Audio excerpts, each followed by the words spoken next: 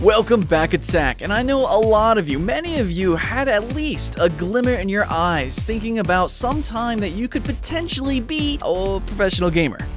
Hey, eSports is blowing up, and actually that's evident of this new list. This is going to be a top 10 upcoming competitive free-to-play games. Now, you don't have to want to be a rock star to make music, and likewise with video games, sometimes we just want to be serious. Sometimes we just want to smash heads, whether that be directly head-to-head or team-based. I'm sure you're going to find a game in this list that'll suit your needs. But real quick, a little bit of a disclaimer, some of these games might not actually be competitive or live up to their potential, so yeah, just keep that in mind. These are still the best top 10 that have the most potential.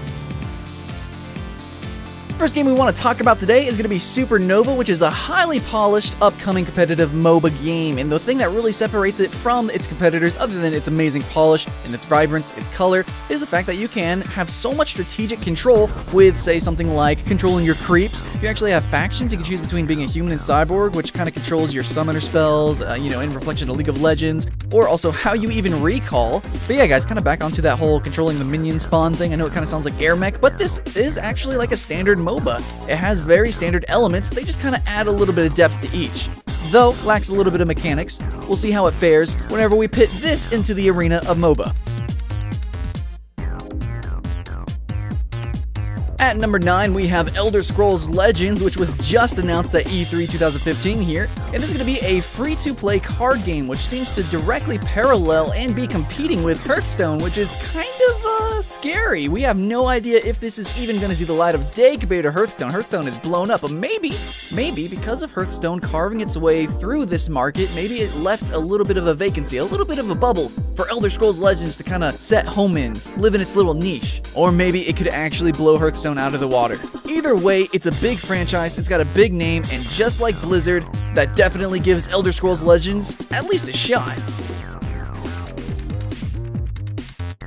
At number 8, we have VAINGLORY, which is a new MOBA game, but it's for mobile devices, mainly for tablets. And this is why it's competitive, because it is kind of like the MOBA on tablets. It's seriously a good game. If it was on desktop, it would actually fare pretty well with some of these games, browser games and smaller MOBA titles. But VAINGLORY, since it is on the mobile market, it's one of the very few games that could potentially be competitive, and like the only MOBA on mobile that really has any shot at all to being good, let alone competitive. But luckily, VAINGLORY is really surpassing every expectation. It really feels like a full-blown MOBA in your tablet, on your mobile device. Really awesome mechanics, full item shop, small map, yes, but overall the game has an interesting design and completely worth trying, if not dedicating your competitive mindset to. At number 7, we have World of Warships, and I don't think it really takes much of an imagination to wonder how World of Warships could potentially be competitive. World of Tanks, guys. It's made by the guys of World of Tanks. It's the World of series. So yes, there is definitely huge potential for competitiveness. Also, the fact that a lot of people have really wanted warships, and the whole fact of playing a warship really lends itself well to being a very good strategy game that's also very watchable. Essentially being a multiplayer team-based strategy game, World of Warships is shaping up and looking great, by the way, but shaping up to be a great competitive title.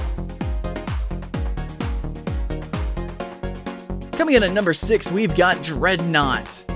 And very similar in vein to something like World of Warships, we've got ships as well that fly, airships, dreadnoughts. Basically World of Tanks in the air with flying tanks. It's gonna be awesome. DREADNOUGHT is promising us a really interesting aesthetic. It's supposed to look really interesting, it's supposed to be very futuristic and have an original sort of recipe. That could lend to some really awesome mechanics, let alone visuals.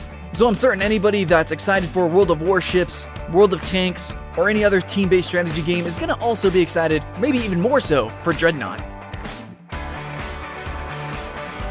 Coming in halfway on the list, we have WILDSTAR, and this is probably something that you guys weren't prepared for. You were not ready, you didn't see this coming at all, but WILDSTAR being free to play probably means that it's going to try to aim for a competitive atmosphere. And already, whenever WILDSTAR was launching, we saw that they really wanted to focus on PvP, and they have a lot of really interesting and fun game modes, but they are kind of for fun. However, WILDSTAR's population isn't really that big, but whenever it goes free to play, it's probably going to freaking explode. And with that, we're going to see hardcore endgame. We're going to see a lot of competition in its PvP, all its game modes, and with that competition comes sort of an air of, well, competitiveness. Maybe an esport? We'll have to see. Coming in at number 4, we've got BATTLECRY, which is supposed to be a kind of character-based fighter, shooter thing? Probably gonna fall somewhere in the same lines of like Nosgoth. Now, what makes this game stand out is that not only are you gonna have a variety of characters, but you're also gonna have a variety of maps and game modes with that. It doesn't seem quite strategic, but it does look to be fast, furious, and a little bit mechanical. Whatever the case, it looks fun, but is it gonna be competitive?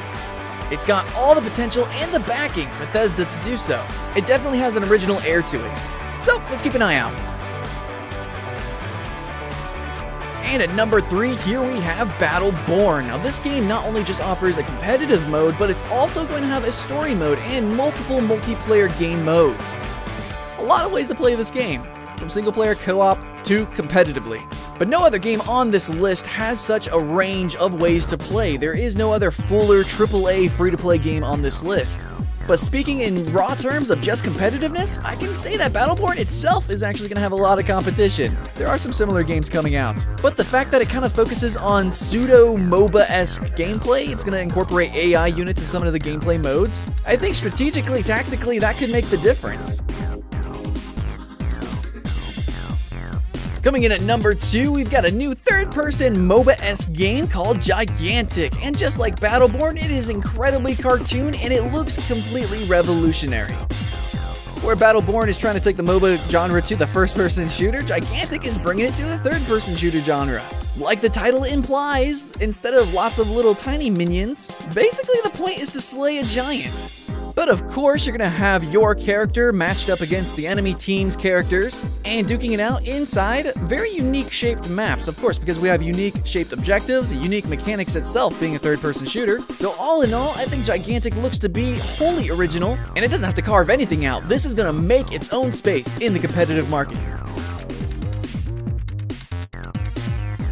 And now for our final slot, our number 1 spot, we've got Overwatch.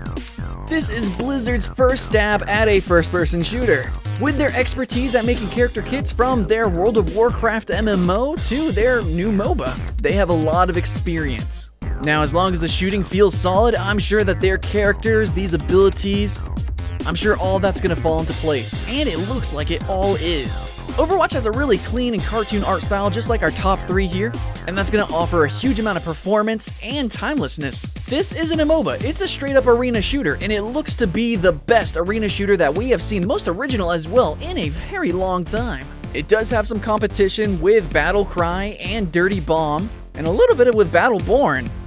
But overall, Overwatch, with its hype, and with the solidification of what we know Blizzard is capable of, there's no doubt that this is going to be a competitive game. Of course, it's a Blizzard game. It's going to be competitive at least BlizzCon, but Overwatch looks amazing.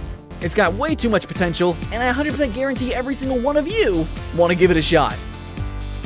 So that was our list. What do you guys think? This was the top 10 upcoming competitive free-to-play games. And if you like this list and want to see more kind of similar to it, go ahead and like and subscribe so that you can stay notified. We'll let you know when those videos are coming out. And please come back, Attack. We love seeing your faces over here and discussing stuffs in the comments. Of course, if you have anything to say about any upcoming potentially competitive game, let us know. Yeah. But you guys already know our opinion. Hope you had fun with the video, and we look forward to seeing you in the next one. Welcome back, Attack. Today we're going to be talking about the top 10 free-to-play MMOs for this year, for 2015, and I think across all the genres for free-to-plays, we've seen so much innovation in MOBAs, in MMOs, in like card games. We've seen so many new things this past year, and hopefully, maybe, probably so, 2015 is going to be just as exciting.